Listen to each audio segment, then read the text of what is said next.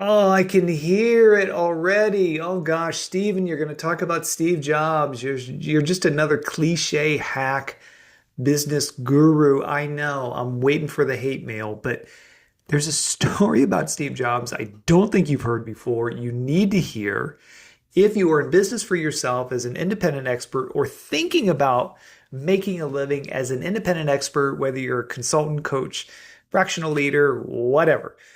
You got to know this story about Steve Jobs because it proves the fallacy around visionaries. Now, Steve Jobs is known and accredited with being the best visionary leader in business of all time.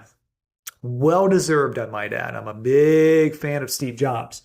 This is not a contrarian takedown video on Mr. Jobs.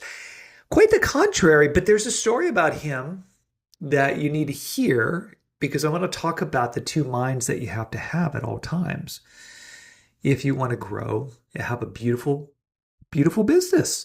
So the story is he buys Pixar from George Lucas, Steve Jobs, that is, pays out of pocket for the company because he was really attracted to the computer technology they were building. And Ed Catmull, who was the head of Pixar, continued to be the head of Pixar, and then later Disney for one of its divisions. He kept saying to Steve from day one, like, Steve, I know you like us for the technology, but actually I think we're a movie company. I think we can create some of the world's best movies. Our team is just brilliant. And Steve goes, yeah. Okay, so years go by. They're not selling the technology. Steve is literally going out of pocket to keep the company in business to the tune of like $50 million out of his own pocket. And I keep saying, Steve, like I think we're a movie company, and we'll use our computer animation technology to create our movies, but we're a movie company. And Steve goes, yeah, whatever. Anyway, Pixar creates its first 5-minute short film, animated film. And it was premiered in an auditorium in California. Steve Jobs comes to the event, roll the screen, the Pixar movie plays.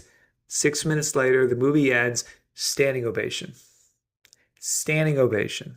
No surprise, because like a year and a half later, Pixar released Toy Story, and the rest is history. My point is, the next day, Jobs calls up Ed Catmull and says, Ed, I figured it out. This is what Pixar is. And Ed's waiting for it. Like, what is it going to be today, Steve? Steve goes, we're a movie company. Ed's like, great idea, boss. Listen, if you ever doubt your ability to have great vision for your business, just remember the Steve Jobs story. It was staring at him in the face for years. Ed Catmull, who he trusted beyond measure. Like, this was, Ed and Steve had a deep, deep business relationship that lasted longer than any other business relationship Steve ever had with anybody. And even Steve couldn't see it until the writing was literally on the wall. So why am I telling you this? It's because a lot of times inside a Band of Misfits, okay, every week inside of Misfits, I'm challenging our members to have these two minds. You need two minds. You need a vision mind, and you need a how to pull the weeds mind. Pulling the weeds is just getting the stuff done, sending the emails out, the proposals, accounting, all that stuff, which is important. But it's like pulling weeds. It's, you just got to get it done. You also have to have the vision.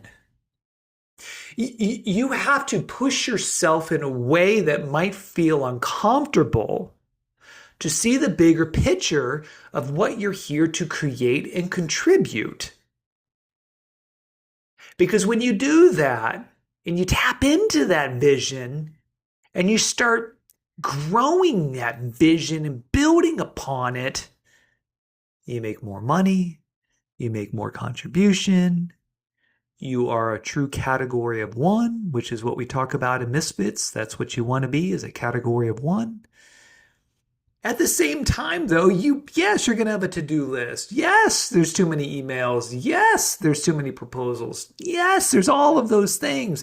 But if you only stay with the mind that knows how to pull weeds, your business will never become what it could be. And some of our members want to cash out millions of dollars. Some of our members just want to make, I don't know, 2 to 3 times their employed income.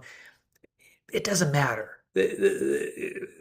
Numbers are numbers. It doesn't matter. What matters is, can you have those two minds going at the same time? And if you're inside a band of misfits, we break it down together. We create rituals and opportunities to zoom out together and then zoom in. We've got the network. We've got guest experts, which I call our crew member. We've got all this stuff. But if you're just watching this video, I want to give you some value here. Some simple, practical things. Number one, schedule time every week to zoom out. Ask yourself a very simple question. What am I not seeing? Or what's the bigger version of this business that I'm here to build? Or what did I hear or see or reflect on this week that's vital to the longer term growth of my company? A couple of simple questions, right? Go on a long walk, be out in nature, meditate, do whatever. Your brain runs on two things: stories and questions. Those questions are prompts. Your brain will start diagnosing and coming up with great solutions. And you will get answers, because not all of us enjoy or have the muscle to sit uncomfortably for long periods of time in silence and reflect and to discern. Although I highly recommend you learn to grow that muscle. Just ask yourself a couple questions. Listen for the answers. Write them down. Zoom out. Have that Steve Jobs visionary mind. Go get evidence. Look for things in nature. Look for opportunities that are in front of you while you pull the weeds. You need those two minds, misfit. You need that vision mind, and you need that mind that knows how to pull weeds, that gets things done. Now listen, before I adjourn here, thank you, by the way, for watching. You're awesome. If you've not heard this today, I'm going to tell you, you can do it. You can do it. You can do it. Keep going. All right, talk very, very soon, misfit.